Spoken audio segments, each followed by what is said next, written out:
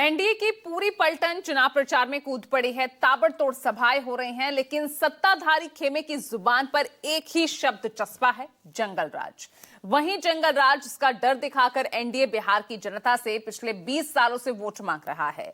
कल एक बार फिर पीएम मोदी ने रैलियों में जंगल राज का डर दिखाया। अमित शाह ने भी वही गीत गाया, लेकिन तेजस्वी ने साफ कर दिया कि बिहार का असली मुद्दा रोजगार है।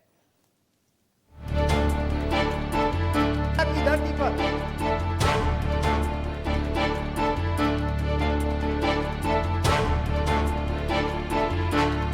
सीएम साहब को माला पहना देना, तो माला आपके आशीर्वाद से सीएम साहब को माला मैं पहना रहा हूँ।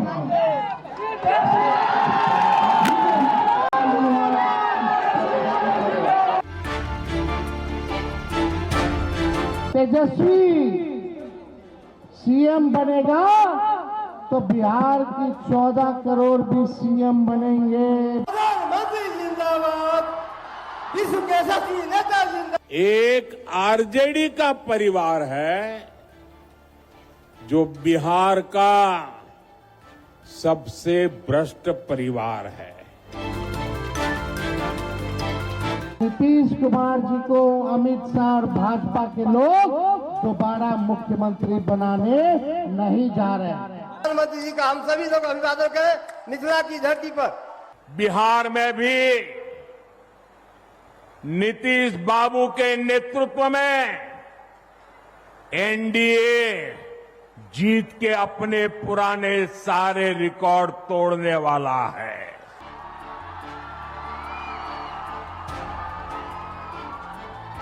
एनडीए का सीएम का चेहरा कौन होगा पता नहीं है। अमित शाह कह दिए कि अब जब चुनाव हो जाएगा तो विधायक लोग तय करेगा कि मुख्यमंत्री का चेहरा कौन होगा।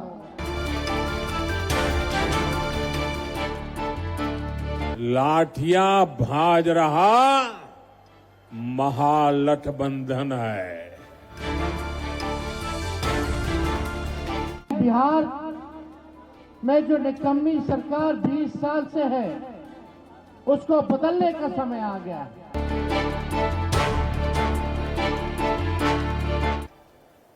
ये लोग कैमरे पर आकर कुछ भी बोले, लेकिन पीठ पीछे एक दूसरे की खाल खींच रहे हैं। जिंदाबाद। अब एनडीए का तेजस्वी की उम्र कच्ची हो सकती, पर जुबान हमारी पक्की है। जो हमने कहा है वो किया है, और जो कहेंगे वो करेंगे। जब फिर से एनडीए सरकार बनेगी तो बिहार की लाखों बहनों को रोजगार बढ़ाने के लिए और अधिक प्रोत्साहन दिया जाएगा। जो 20 साल में ये सरकार नहीं कर पाई है, 20 महीने में तेजस्वी इस काम को पूरा करने का काम करेगा। 20 महीने के अंदर बिहार में ऐसा कोई परिवार नहीं बचेगा जिस परिवार के पास सरकारी नौकरी ना हो। नीतीश जी के नेतृत्व में बीते सालों में करीब 50 लाख रोजगार बिहार में बने हैं। निवेदन है कि समस्तीपुर के 10 में 10 जो सीट हमारी है एनडीए गठबंधन की, वो आज वो भी कह रहे हैं कि वो आएंगे तो नौकरी देंगे। अरे पहले 2-2 करोड़ रोजगार मोदी जी कहाँ है 8 साल दे रहे थे, पहले उसका तो हिसाब कीजिए। 11 साल यानी 22 करोड़ नौकरी कहाँ है। जब लालू जी मोदी जी से नहीं डराए तो लालू जी का लड़का डरा जाएगा।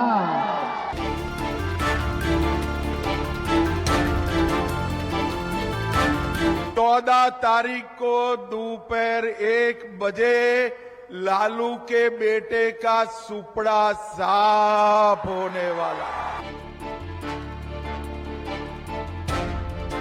सीएम यानी चिंता मुक्त कर देंगे आप लोगों को। पढ़ाई, दवाई, कमाई, सिंचाई, सुनवाई और कार्रवाई वाली सरकार देंगे। जननायक कर्पूरी ठाकुर की जन्मभूमि से राष्ट्रकवि दिनकर की जन्मभूमि तक बिहार के चुनावी रण में कमल खिलाने पहुंचे पीएम मोदी ने प्रतीकों का सहारा लिया। बेगूसराय के मंच से छठ व्रतियों को सूप और फल दिया, छठ व्रतियों से आशीर्वाद लिया और प्रसिद्ध लोक गायिका दिवंगत शारदा सिन्हा को भी याद किया। जब छठी मैया की पूजा की बात आती है तो शारदा सिन्हा जी को याद करना स्वाभाविक है। और शारदा जी तो बेगूसराय की बहू थी। हमारी सरकार को उन्हें पहले पद्म भूषण और इस वर्ष पद्म विभूषण से सम्मानित करने का अवसर मिला। जज्बातों की फसल बोने के साथ ही पीएम मोदी 20 साल पुरानी फसल काटने लगे। वही जंगल राज जिसके जाप से बिहार में एनडीए की डबल इंजन सरकार पिछले 2 दशकों से ईंधन हासिल कर रही है। 2005 से हर चुनाव में वही कैसेट सुना रही है, जनता की मौजूदा मुश्किलों से ध्यान भटका रही है। लेकिन मुजफ्फरपुर के मंच से तेजस्वी ने पूछ ही लिया कि अभी पूरे बिहार में हत्या, लूट और रेप का तांडव मचा है, उसे मंगल राज कहा जाएगा। अक्टूबर महीना ही था जब बिहार ने जंगल राज से मुक्ति पाई थी। नीतीश जी के नेतृत्व में एनडीए का सुशासन शुरू हुआ था, लेकिन उस दौर में 10 साल तक केंद्र में कांग्रेस आरजेडी की सरकार रही। कांग्रेस आरजेडी ने नीतीश जी के सामने भांति भांति के रोड़े अटकाए।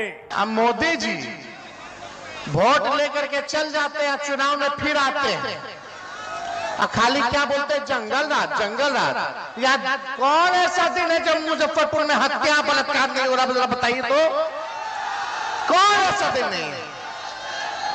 प्रधानमंत्री को नजर नहीं ना आएगा, जो गरीब की बात करता हो उसको कहते हैं जंगल राज, जो गरीब के लिए लड़ता हो उसको कहते हैं जंगल राज। प्रधानमंत्री जी, ये बिहार है, बिहार उड़ती चिड़िया को भी हल्दी लगाना जानती है बिहार की जनता। बिहार की जनता ढूंढ रही है, प्रधानमंत्री जी आपसे पूछेंगे। पीएम मोदी ने लालटेन को जंगल राज का प्रतीक बताया तो लगे हाथ दलितों के उत्पीड़न का भी कसूरवार ठहराया। लेकिन लालू यादव की बेटी मीसा ने पूछ ही लिया कि पीएम मोदी को उनके पिता को गाली देने के सिवाय आता ही क्या है। जहां आरजेडी जैसे दल हो वहां कानून व्यवस्था हो ही नहीं सकती। आरजेडी के शासन में यहां रंगदारी, हत्या, फिरौती, अपहरण एक उद्योग के रूप में फले फूले। आरजेडी के जंगल राज ने बिहार की कई पीढ़ियों को बर्बाद कर दिया। जब इतनी लाइट है, हर एक के हाथ में लाइट है, तो लालटेन चाहिए क्या? सरकारी पैसे से कितनी सभाएं इन्होंने चुनाव पूर्व की है। क्या एक बार भी उनको बिहार के बारे में बोलते सुना है कि हम बिहार को बनाने में हमारा क्या योगदान हुआ? कोई विजन नहीं है इनके पास। ये आते हैं, आज भी 15-15 हेलीकॉप्टर इनका उड़ रहा है और क्या भाषण देते हैं ये लोग सभा में जाके? सिर्फ हमारे परिवार, हमारे पिताजी के ऊपर ये लोग आरोप लगाते हैं। नई बोतल में पुरानी शराब, डपोर शंखी दावे, सुनहरे ख्वाब, चुनाव जीतने की हसरत में सियासत हर बार यही कसरत करती। लेकिन इस बार तो जैसे हद ही हो गई। समस्तीपुर से बेगूसराय तक पीएम मोदी का भाषण ऐसा लगा मानो 10 साल पुराना कोई रिकॉर्डेड भाषण चल रहा। आरजेडी बीते 2 दशक में कोई चुनाव नहीं जीती, लेकिन अपने अहंकार में अटकी हुई है।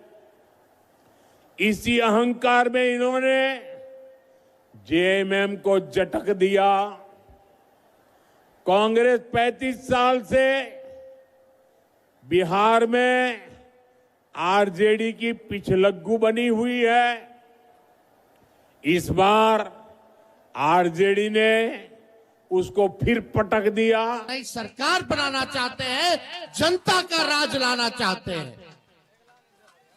हम लोग यहाँ जुटे हैं केवल सरकार ही बनाने के लिए नहीं, केवल मुख्यमंत्री उप मुख्यमंत्री बनने ही नहीं, बल्कि हम लोगों को सहरसा और बिहार बनाने का काम करना है।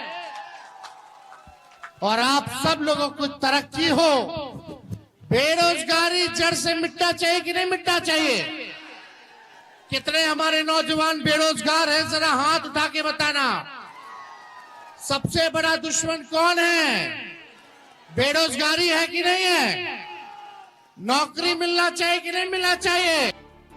अगर लालू राबड़ी राज सचमुच जंगल राज था तो भी इस बात को रटकर कितनी बार जनता से वोट लिया जाएगा। जनता ने इसका हिसाब 2025 में ही कर दिया था।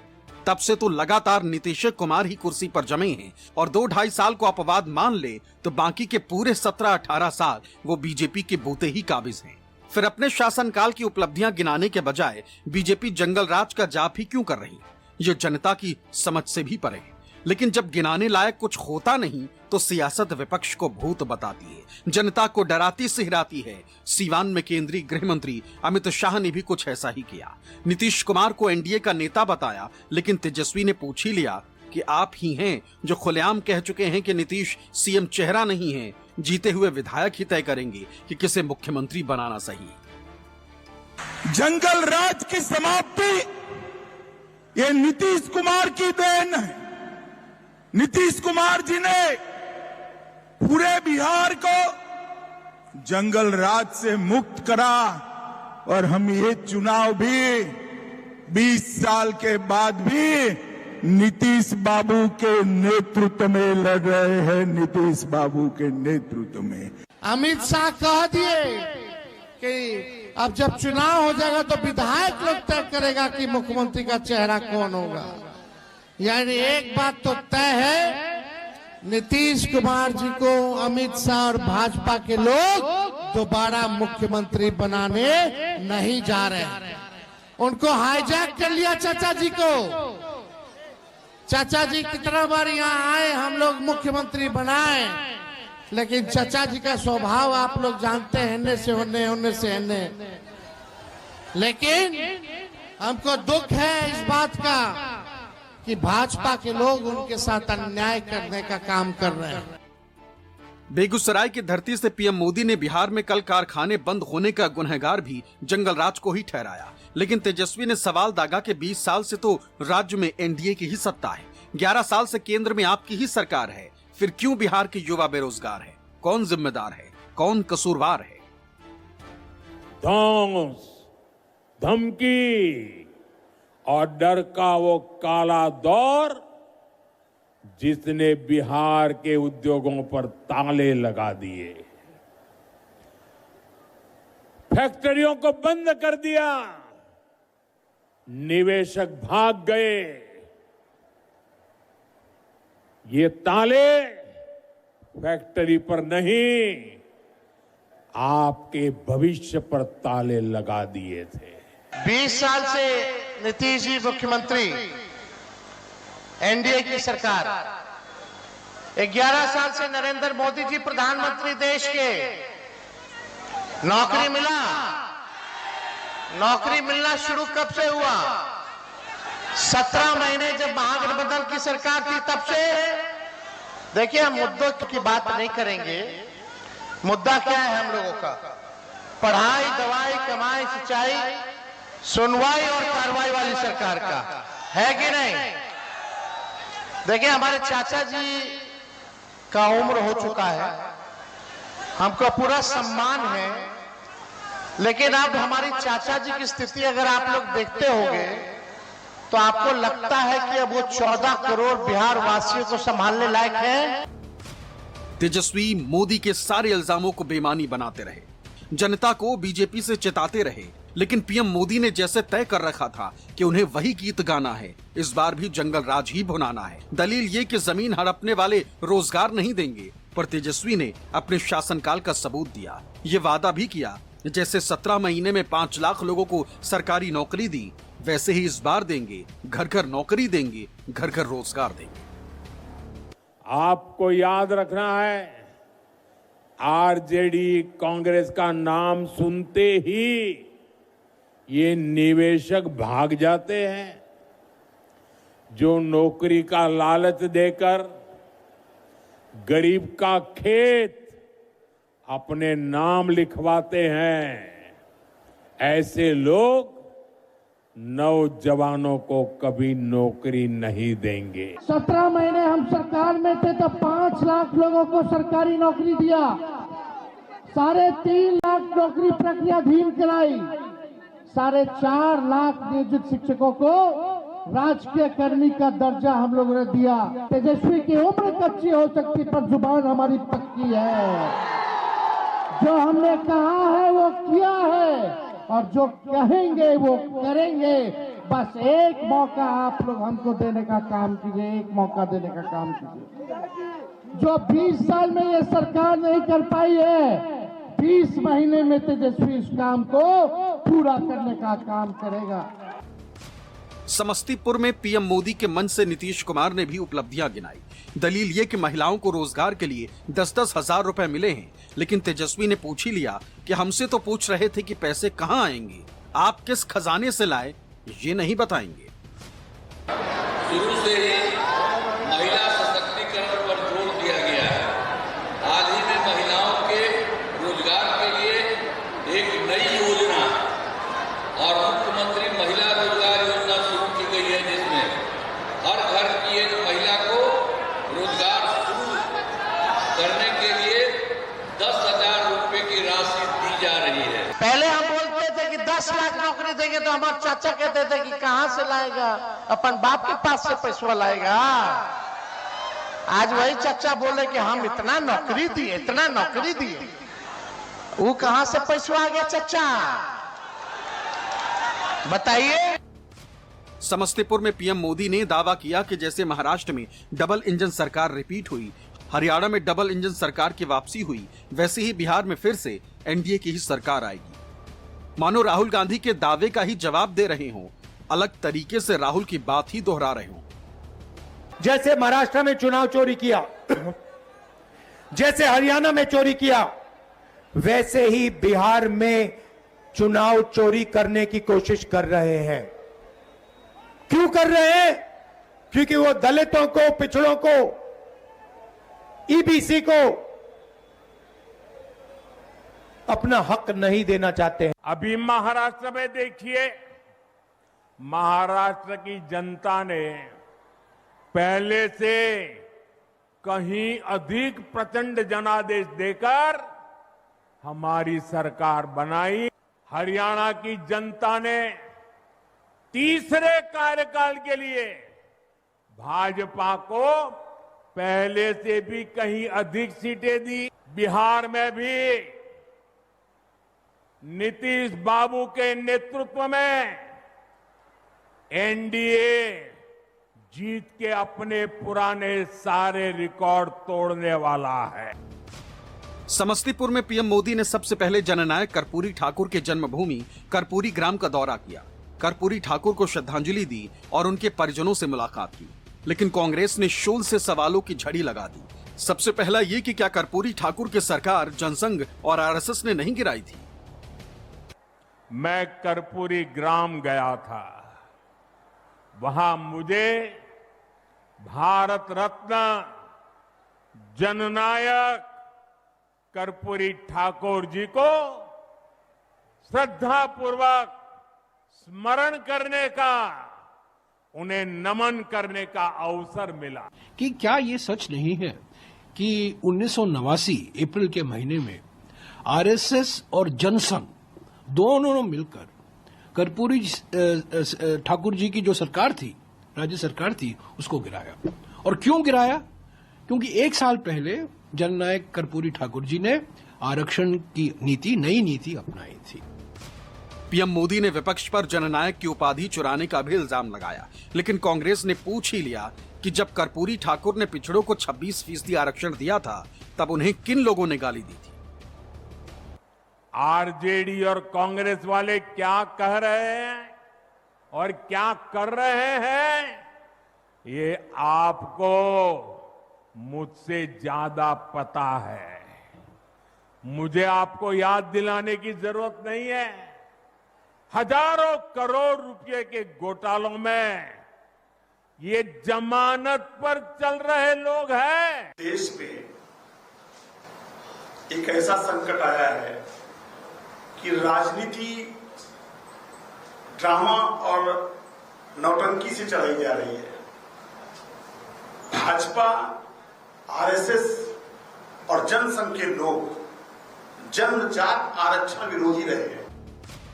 प्रधानमंत्री से मुख्यमंत्री और केंद्रीय गृह मंत्री से लेकर दर्जनों सांसद, मंत्री बिहार में डबल इंजन सरकार की वापसी के लिए बीजेपी ने अपने सारे घोड़े खोल दिए।